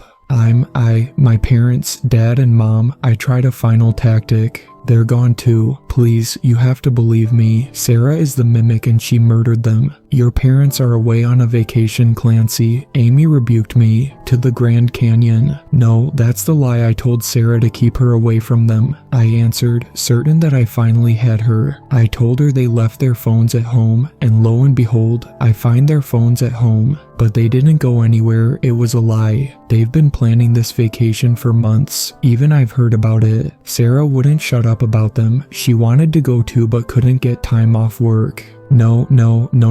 This is wrong. It's all wrong. I know it feels wrong, but please believe me, Clancy. She reached out for me, but I recoiled. It couldn't be. It was all wrong. It was, I swear. It was my own lie, spat back at me as a truth. I felt trapped, suffocated, like the world itself shrunk around me and pinned me into place. It was all wrong. Amy took another step towards me, and I could see the other patrons getting on the move as well. They'd catch me, and they'd lock me up in a loony bin, or worse yet, they'd take me back to Sarah. I couldn't allow it, but in that moment I felt entirely powerless to stop it. Run, I thought. God fucking damn it, run. Without another word, I turned and bolted down the street. Clancy, wait. I ran faster than I've ever run in my entire life. My lungs were burning up and my feet were full of lead pulling me down, but I ran. I couldn't stop, couldn't hesitate even for a moment, not when it felt like the entire world was chasing after me. Why? What did I do to deserve this, any of this? I was paranoid, sure, but who wouldn't be in my situation? What I wasn't though was crazy. I was sane, for fuck's sake. It was them fucking with me, making me doubt my own memories. More calls came as I ran home, but I didn't even bother to check the phone. I couldn't stop. When I finally arrived and locked myself inside, I saw they were all from Amy, predictably enough. She made about 10 calls and sent a few texts as well. "Please, Clancy, come back. I don't mean you any harm. I swear I just want to help you. Think about your parents. Think about Sarah. Hell, think about yourself." No, I told myself. I need to wait for Marcus. I need to last for just a little while longer. He'll be here any minute now, and he'll sort this shit out. I looked out one of the windows to see if anyone had followed me, but they hadn't. Still, that didn't mean I could stay put until Marcus returned. I was too easy to find. I was a sitting duck. I needed to either hide or get on the move. No place to tuck myself into came to mind, so I'd have to do the latter. I changed my clothes, dressing in some of Dad's old tracksuits and jackets. They were baggier and did a better job in concealing my face. As I did that, I tried to decide where to go and what to do. I couldn't wander the streets aimlessly. I had to stay among people, to blend in the crowd, and hopefully have a shot at calling out for help if I was found. But our town wasn't very big. We didn't have malls or busy districts. Some bar then, I decided. We had a few of those, and they were rarely empty, so I left the house and headed for the farthest bar I could think of, hoping it would be the last one Sarah and Amy would check. I kept my head down on the way there, trying my damn hardest not to attract attention. When I made it half an hour later, I let out a sigh of relief. I went in, found a table in the back of the room, and made myself comfortable. It was one of those sports bars, always displaying some match or another, I don't know. I'm not big into sports, and my mind was in an entirely different place the whole time I was there. The waitress came over after a few minutes, but I didn't notice her until she cleared her throat to get my attention. Ahem. Oh, I jumped back. Sorry, I had a crappy day and was distracted. That's okay. Will you have anything? Sure. Bring me a beer, please. Any preferences? She asked. Whichever one you have really doesn't matter, and keep the tab open. I'm waiting for someone, so I'll be here for a while. Okay, I'll be right back. She wandered off to serve the other patrons, so I got busy with my phone. It finally hit me that it had no password, even though I distinctly remember I had set one up. Another thing that Sarah did to mess with me was my memory really failing. I decided it didn't matter at that moment, so I set a new one and texted Marcus. "They're trying to get me. I'm on the run. Call me when you get in town and we'll meet up." The waitress returned a few minutes later with a mug of beer, then she was off again. I sipped from it occasionally, but my focus was on my phone, watching seconds turning into minutes with bated breath. The finish line was within reach, and I couldn't wait for the terror and paranoia to be over. I was tired. More episodes of microsleep came and went, but no one seemed to notice or even care. But they left me worried, as they caused my attention to falter. About an hour later, around lunch, Marcus finally texted me back. Seeing the notification pop up on the screen got my heart pounding faster, chasing away the fatigue for the meantime. I'm almost there, will probably arrive near sundown. I felt relief washing over me, as sundown wasn't far off. Winter and all that. I only needed to last for 4 or 5 hours more at most, and I was confident enough that I could do that. I didn't feel watched here, didn't feel observed, so it was safe. All I needed to do was to stay awake, to keep the beers coming, and I wouldn't be kicked out of the bar. So long as I sipped them slow enough to not get drunk, I'd be fine. Amy tried to contact me again, more calls and texts spread out over the remainder of the day, but I didn't answer. I won't transcribe the texts, cause they were just more of the same. Variations of, "Where are you and come back? Sarah's worried." Time flew by, and before I noticed, it was getting dark outside. The sun touched the horizon, draping the world in shades of orange and red. My phone rang again, and to my utter delight, it was Marcus. "Bring me the tab, please," I yelled to the waitress before I answered. "Hey, how's it going? How are you?" Marcus asked right away. "Tired and paranoid as all hell, but I'll manage." "Good, cause I might need you to pull an all-nighter and help me out." The waitress brought me the tab, and I did a double take seeing the price. $25 for a few beers. "Will do. Can't wait for this to be over with," I answered, pulling out $30 and handing them to her. "Keep the change." "What was that?" "Nothing, don't worry." I got up from the table and walked towards the exit, re-energized by the hope coursing through me. "Where do you want to meet up?" pick a place, and I'll be right over. I'm entering your town now. Okay, let's... Wait a sec. A cop car just got on the road behind me. I think they want to pull me over. Fuck, were you speeding? We don't have time for a ticket right now. I grunted. I wasn't. Marcus was cut off by a loud crash. It sounded like metal bending and glass shattering, almost deafening even through the phone's speakers. The fuck? They rammed me, Marcus yelled. Fuck, get away. I'm trying, but they're after me. They want to run me off the road. Another crash, this one even louder. Marcus cursed in the background, and the sound of tires screaming on the asphalt followed. I don't know what's going on. I'll call you back. No, wait. The call ended abruptly, leaving me stunned. What the hell was going on? I left the bar, lit up a cigarette, and paced back and forth in the street as stress consumed me. Marcus was so close. He was right fucking here. He wouldn't fail. He couldn't fail. No, he'd get away and he'd reach me and it would all be fine. Yeah, he'll be fine. He's a goddamn monster hunter. A couple more minutes passed with no sign from him. I finished the cigarette fast, but I lit up another one right away. I needed to distract myself, to keep calm,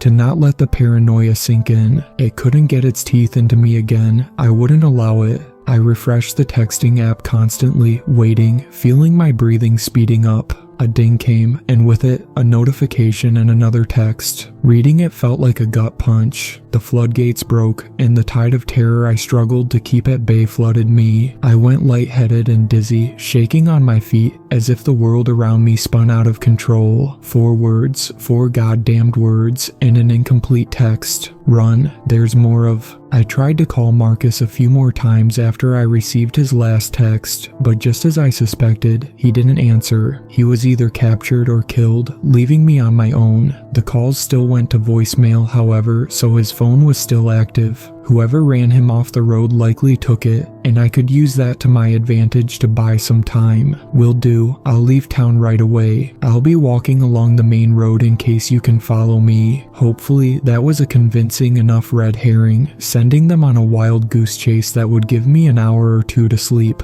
I desperately needed some of that, to clear my mind so I could think straight. Making any decisions, forming any plans in my current condition, it was a bad idea. I was aware of that much. Keeping that in the forefront of my mind, I made my way home. Many people passed me in the streets, and I felt their eyes on me when I wasn't looking their way, but I remained calm. Sort of. I reminded myself that it was paranoia, that I was slowly going mad from fatigue and stress, that not all of it was real. Some of it, maybe, but certainly not all. I needed to remain rational to the best of my abilities. I got home without incident. No one followed me, and I found the house still empty and locked up like I'd left it. The current plan was to sleep a bit, then head out of town into the wilderness. I'd set up camp somewhere remote, far away from everyone and everything, and use that time to rest. Dad had some bare bones camping gear that he used to go fishing, so I could use that. Although it wasn't much, it would have been useful. I found it all stacked away in the garage, so I threw together a hasty bug-out bag to have it ready, a small fishing tent, a flashlight, some matches and cans of food, but no weapons since we didn't have any. A firearm would have been really useful, but this will have to do, I thought as I retrieved the crowbar. I didn't plan to use it to hunt or anything, just to defend myself until I made it out of town. With the preparations complete, I barricaded my bedroom by dragging a heavy drawer in front of the door. The window I left unlocked just in case I needed to make a run for it.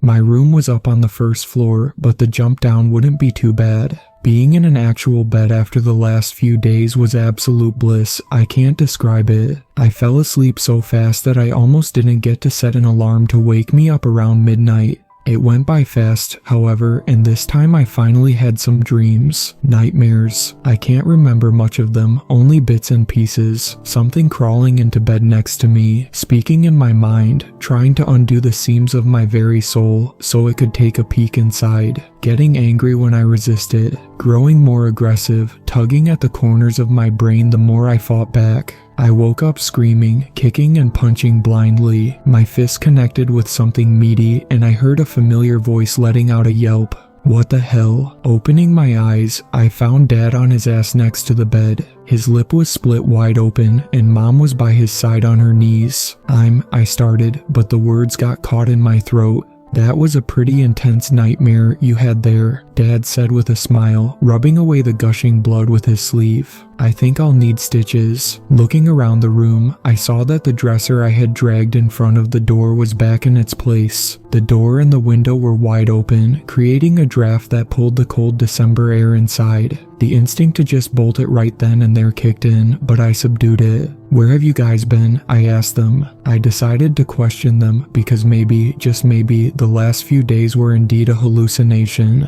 "To the Grand Canyon," Mom answered and helped Dad to his feet. "You know, on the vacation we planned for 2 months now." Dad went to the bathroom to patch up his busted lip, leaving me and Mom alone. He looked back at me for a split second before he closed the door, his gaze filled with anger and hatred. "Sarah's friend Amy was her name," Mom continued. "Anyway, she called the reception of the hotel we were at and told us everything, so we rushed home to be here for you." "Okay, thank you guys. Let's go check up on Dad. Maybe he needs help." Mom eyed me with suspicion, but she got up. "And don't forget to apologize to him. You clocked him pretty hard," she added. "Will do." Something skittered in the closet, attracting my attention. I looked over, seeing the darkness inside shifting between the slits of the sliding doors. A pitch-black figure, humanoid in shape, peered back at me with dimly glowing eyes. "Can we order pizza? I'm starving," I said, walking past Mom to open the door for her. "Sure thing, and maybe an ambulance for your father as well. He's a big guy, he'll manage." She walked past me and into the corridor, so I pushed her away and shut the door. The bag was next to the bed along with the crowbar, and I grabbed them before I jumped out of the window. I landed outside in the grass with a heavy thud. Frantic footsteps came from inside the house. "Clancy, come back," Mom yelled.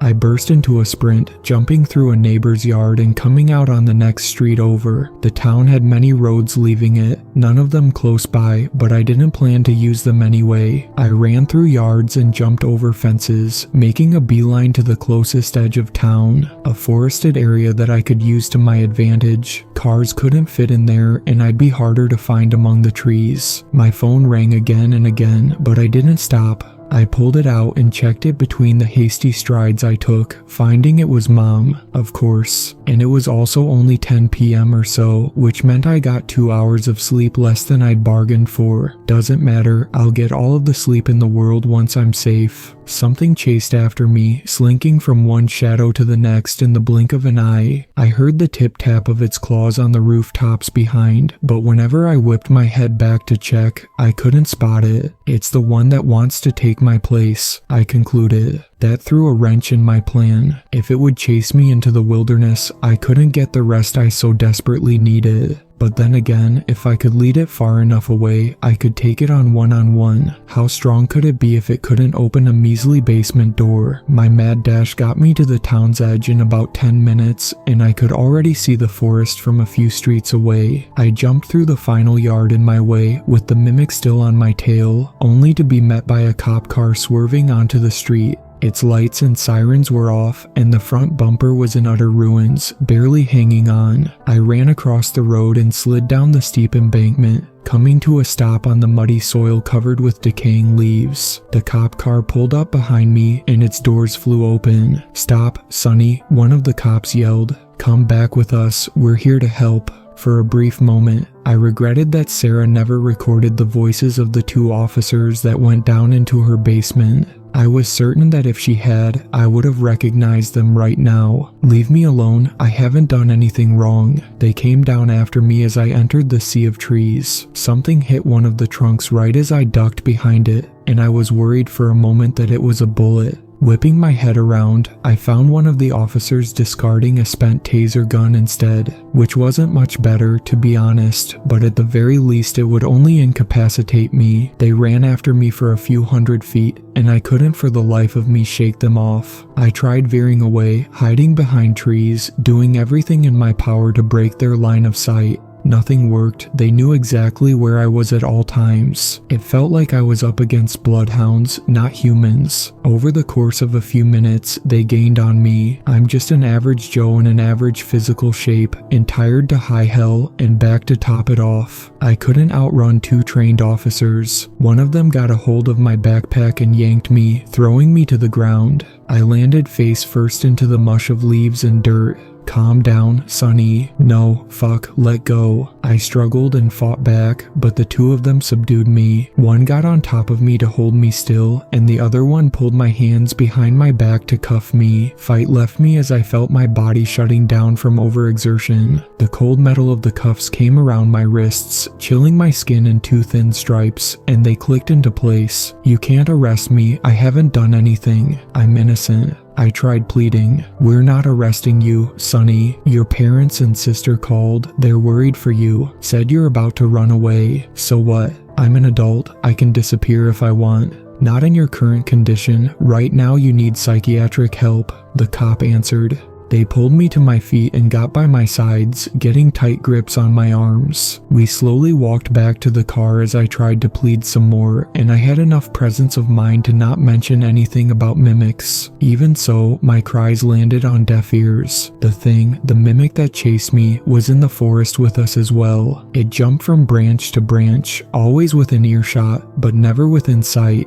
I wondered why they didn't just get it over with, why they didn't leave me there to be consumed and replaced. I was incapacitated, I couldn't fight the creature, or maybe they had other plans for me, something more nefarious. Maybe they needed to completely break me beforehand. I tried to think as they dragged me around. To form a new plan, something, anything. When we reached the embankment, I got an idea. You see, it was steep and slippery. One wrong step and you'd eat dirt at the bottom. And that was something I could use. As we started climbing it, I prepared myself to act. When we reached halfway up, I headbutted one of the officers and tripped the other. They weren't expecting it, and just like I hoped they would, they slipped back down the slope. But one of them got a hold of my backpack, ripping it open and spilling my supplies everywhere. I didn't go down with them, so I jumped up the last stretch and landed on the pavement on my stomach. Getting to my feet with my hands behind my back was harder than I expected, but I heard the officers climbing again, so I needed to hurry. Screw this. As luck would have it, I'm pretty slim and flexible, so I decided to try a maneuver I've seen plenty of times in movies. I pulled my knees up into my chest, got my hands under my ass, and passed my feet between them one at a time, which makes it sound very easy and simple, but under pressure, and with 2 officers nearing me, it really wasn't. I couldn't open or break the cuffs, but at the very least I had my hands in front of me again. Their car was right there, and I realized that the engine was idling. In their haste, they left it running with the key still in the ignition. I ran over to it and tried the door, letting out a sigh of relief when it did indeed open. Hey, one of the officers yelled as I climbed inside. Now, just because I don't have a license doesn't mean I don't know how to drive. It was stupid and risky of us, but a friend let me drive his Jeep on the back roads a few times for fun. I wasn't an expert by any means, but I knew how to throw a car into drive and push a pedal. Good thing it wasn't a manual transmission. No way in hell I could have used a clutch and steer with my hands cuffed.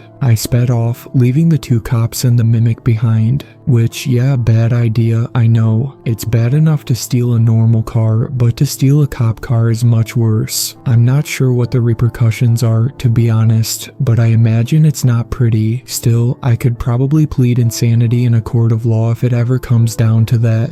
Everyone around me insists I'm crazy anyways. In that moment, the only thing that mattered was to escape. I drove to the other side of town and rummaged through the car until I found something to pry open the cuffs. With my hands free, I planned to drive the car out of town and abandon it. There was likely a tracker in it somewhere, but before I did that, I wanted to do one final thing, to prove to myself that it was all real, that I wasn't going completely insane. I didn't have time to find Marcus or his body. I couldn't return to Sarah's house for fear of being caught. But there was one place that I could check, the cemetery. A few minutes later, I pulled up at the gates and went inside. It was very creepy at night, to put it mildly, a sea of headstones standing tall in the darkness. Still, compared to the last few days I'd been through, this didn't really faze me. I walked around for a few minutes in search of a particular headstone, the one we put on Sarah's grave. It was in the back of the cemetery, right next to her mother's. My heart stopped when I reached it and found it blank. I fell to my knees in front of it, and I just started sobbing. You know, it would be so easy to cave in your head right now. Sarah's voice from behind.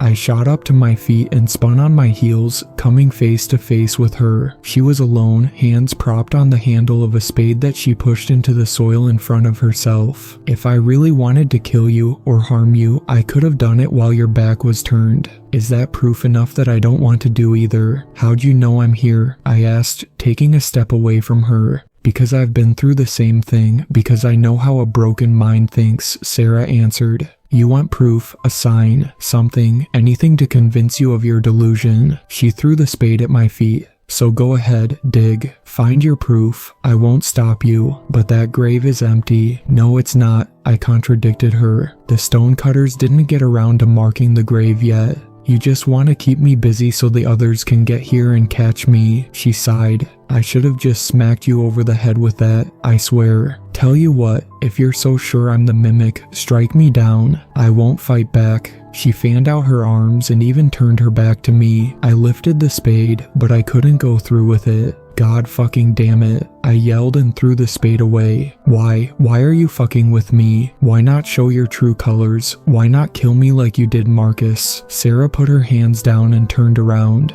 Marcus, she asked, and she seemed genuinely dumbfounded. Marcus, the monster hunter. Stop toying with me, your gaslighting won't work. Clancy, there was never any Marcus or any monster hunter. I pulled out my phone to prove her wrong, to shatter her charade. She watched me intently, but she didn't make any moves. I browsed everywhere, call and text history, but I couldn't find Marcus's number. When that failed me, I pulled out my wallet to search for the business card. It was gone as well. At that point, I gave up. What else could I do? How could I prove to myself, let alone to anyone else, that I was sane? I wasn't. That much became evident even to me. Sure, I could blame the disappearance of Marcus's business card and call logs on my parents, but it didn't make sense. Nothing did. Not unless I admitted to the delusions and to needing help. Amy had been right. The mental problems likely ran in our family, and Sarah's breakdown jump-started my own. Here, let me take you home. You can sleep, you can clear your mind, and we can both look for help starting tomorrow. How's that sound? Sounds good. She took the lead, and I followed behind her towards the exit. It felt wrong. It felt so very wrong, but I didn't have it in me to fight anymore. I was drained. Even if I ran away, how far could I make it? I stole a damn cop car. They'd look for me relentlessly. At that point, I just wanted everything to be over with. The 2 officers called us when you stole their car, Sarah said as we walked. Fuck. No, listen, they called us and we talked, and they agreed not to report you on one condition. We return their car and you seek out therapy immediately. They're not assholes, they understand you've had it rough, and they'll give you another chance. That's very kind of them. I'll have to make it up to them when I get better. You do, Sarah agreed. And to us as well, you really put us through hell. I know, and I'm sorry. Sarah smiled, a wide, beaming smile with no trace of anything except genuine happiness. Apology accepted. It's getting so bad though. I still feel watched even now. I still hear the cracks in your voice, in everyone's voices. I hear the cracks in yours as well, so welcome to the Mimic Club, I guess, she quipped. Next target is Old Man Jenkins down the road. I have the whole plan ready. We'll make him believe reptilians are real. Oof, that's gonna be tricky. I don't even know how to transform yet. All in due time, she assured me. We'll teach you, young mimic. We left the cemetery, finding Amy and the 2 officers waiting outside. I apologized profusely while they laughed and assured me all was fine now. They took their keys back and left, and we got into Amy's car to do the same. We're going to my house, by the way, Sarah said as we entered the road. Dad drove himself and your mom over when you ran from their house. They thought maybe you'd come to my place. The rest of the ride was silent, and when we got there, I did indeed see Dad's car outside. The two of them waited in the living room for our return, and they jumped on me as soon as I entered through the door. They hugged me and cried, and Mom bombarded my cheeks with kisses. "Give him some room, you guys," Sarah told them and broke up the group hug. "And you, get some sleep right away," she demanded. "You'll feel much better in the morning." It felt so strange, so surreal, being back at Sarah's place. I mean, I wasn't gone for long, but it felt like I'd ran away from here an eternity ago. My life had changed so drastically overnight. I'd been through so much in a matter or mere days. In all honesty, it was as fascinating to think about as it was terrifying. "So that's what started it all," Dad said with a sad smile, looking over at the basement door laying open. "A goddamned basement of all things, you know," he continued, turning to look at Sarah. "You were always afraid of the dark as a kid." "Was I?" she asked with a chuckle. "I don't really remember. I had to check inside your closet and under your bed for boogeymen every night until you turned 10, Dad answered with a laugh. "I guess it is pretty scary," Sarah mumbled and walked over to the door. "But there's nothing down there. Take a look." I made my way next to her, and she flipped the light switch next to the door. A light bulb down in the room came to life, chasing away the shadows and darkness. And indeed, it was a normal room with nothing strange about it. At least as far as basements go anyway. The walls and ceiling weren't charred. There was no trace of soot. Even the concrete at the bottom was spotless. "To think we both went insane over a bit of darkness," I said as I peered down the stairs leading to the bottom. "Right?" But Sarah didn't answer me. No one did. The room fell completely silent, and I felt a pair of hands pushing me from behind. I tumbled down the stairs, landing at the bottom. No, the door of the basement closed shut. I tried to get up but stumbled, so I skittered up the stairs on all fours. The click of the locks being latched reached me right before the lights went out, and I crashed into the door. "I trusted you," I yelled, and started banging on the door with desperation. "I'm not insane, you're mimics, all of you." I knew it. I kept banging on the door and pleading, but no one responded. Not a damn word. The bastards wouldn't even entertain me with a clear-cut answer. I yelled until my throat went raw. I punched and kicked the door until my hands and feet turned bloody, but I couldn't break free. They finally got me. "Please," I let out in a raspy voice as I slid down the door to my knees. Is anyone there? Sarah? Open the door." Nothing. I waited for hours, but I didn't hear anything from upstairs. Not a single peep. They just left me down there, unsure of what was real anymore. I tried to sleep, to get some rest at the very least, but I can't even do that. I'm alone in the room. I know as much for a fact, but I feel eyes on me whenever I lay down. This is it for me, the end of the line. I can't keep this up forever. I'm growing too tired and hungry. When I'll collapse, they'll get me, I'm sure of it. I'll become just another one of those things, or it will steal my appearance and masquerade as me while they take over the town. I can't escape. All I can do is to warn you, stay away from this place. And whatever you do, don't believe another word I'll say. It might be one of them. Thank you to my super fans, Sweet Black Swan, Tacy, and Brooklyn. I really appreciate you supporting my channel, and I look forward to making more content for everyone.